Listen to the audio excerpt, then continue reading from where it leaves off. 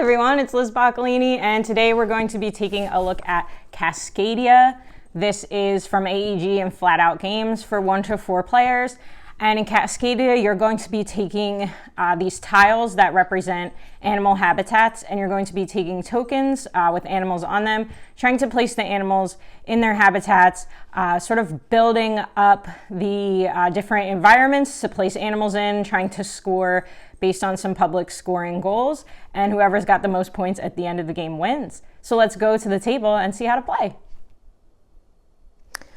So for the starting setup for Cascadia, you're going to have this starting group of 3 habitat tiles, and you'll see that they have different sort of habitats on them. So it might be this sort of wetlands looking thing, a prairie, an ocean, a mountain, a forest, etc. And certain animals will live in those environments.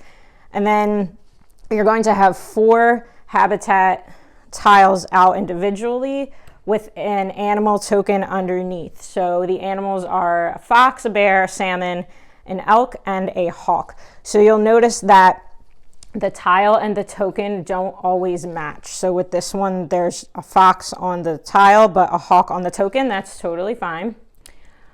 On your turn, you're going to choose a tile and token combination, and then you're going to place the animal token somewhere where there's a picture of that animal. So let's say, for example, I'm going to take this tile. It's got an elk and a fox on it, and there's a fox token. I can place this tile anywhere. It does not have to be adjacent to the same type of environment, but you at the end will score for the chains of the environment you have. So if I put this next to the mountain, and then I have a lot of mountain tiles touching, I'll get more points versus if I only have a few of that environment tile touching. So again, I can put this anywhere. Let's say I'll just put it here. Now the fox can go wherever there is a fox on the tile. So the tile I just picked up has a fox, and then this one over here has a hawk, an elk, and a fox. So let's say I put the fox here. No other animal can go on this tile now. So even though it's got 3 animals on the tile, once one animal is there, that's it. The other 2 animals cannot go there.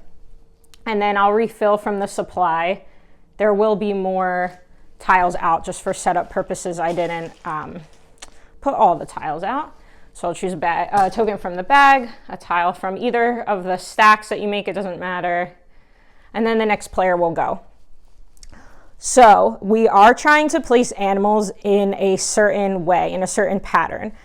So they recommend for your first game to use all the cards that have an A at the bottom. So there's A, B, C, and D, and within those cards, the animal will have different scoring conditions. So the red fox, you're going to score for nearby animals. So you can see the number of unique adjacent animal type here. So if I've got this fox, I've got 1, 2, 3, 4, 5, including another fox. So I would score 5. There's 2 bears, so only 1 bear will count. So I'm trying to surround the fox with other animals. For the grizzly bear, I'm trying to do pairs. So they can touch anywhere as long as they're touching. And I just want groups of 2 with no other bears touching. For the salmon, I want a chain. So they don't have to be all in a straight line. They just have to be touching each other on any side. And this is called a long run. So you can go up to 7+ to get the maximum points.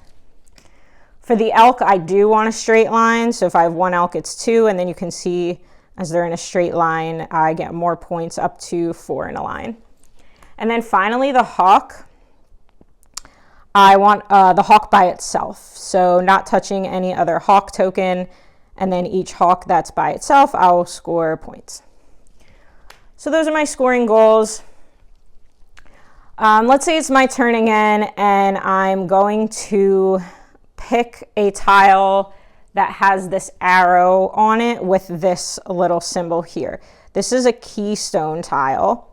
So when I place the animal on the keystone tile, I'm going to get a token. So let's just say for setup or keystone purposes here, I've picked this tile and it had the hawk token next to it. I placed the hawk there.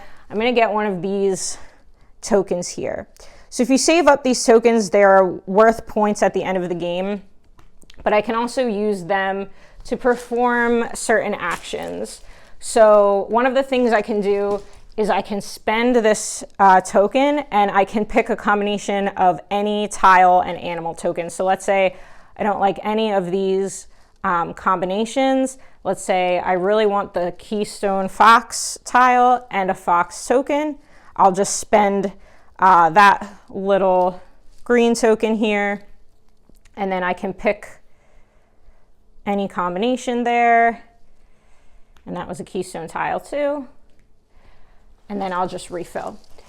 The other thing I can do is I can wipe any number of the animal tokens and replace them. So let's say I was really hoping for a salmon and there are no salmon out.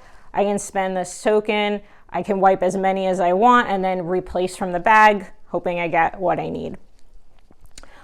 If the animal tokens come out all four the same, that is called overpopulation, and then I have to wipe them all and replace them.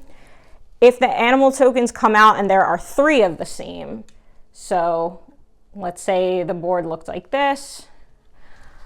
If I'm the active player, I can choose to take the fox away and replace, or I can leave it there and just say, you know what, I don't mind the 3 fox tokens there. So it's up to the active player what to do at that point.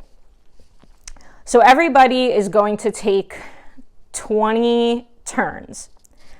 If you take a tile and a token combination and then you can't place the token, so let's say I had the elk here and I took another elk, I had no room for it, I just have to discard the animal token and still place the tile. So just be aware that you want to be taking a combination where you can actually put the animal token down. Additionally, like I said, if you connect certain habitats, you will get more points. So if, for example, I take this tile, I can place it anywhere, right? It doesn't have to match. But if I have a space that is open with just one side adjacent to that same habitat, that is going to score me more points.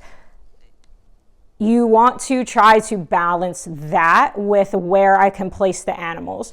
So if I'm trying to do a long run of salmon, let's say I had a salmon here, I might not want to place the hawk tile next to the ocean, even though it's an adjacent habitat, because I'm trying to get that salmon run. So I might just put it over here, even though now this won't get me any points.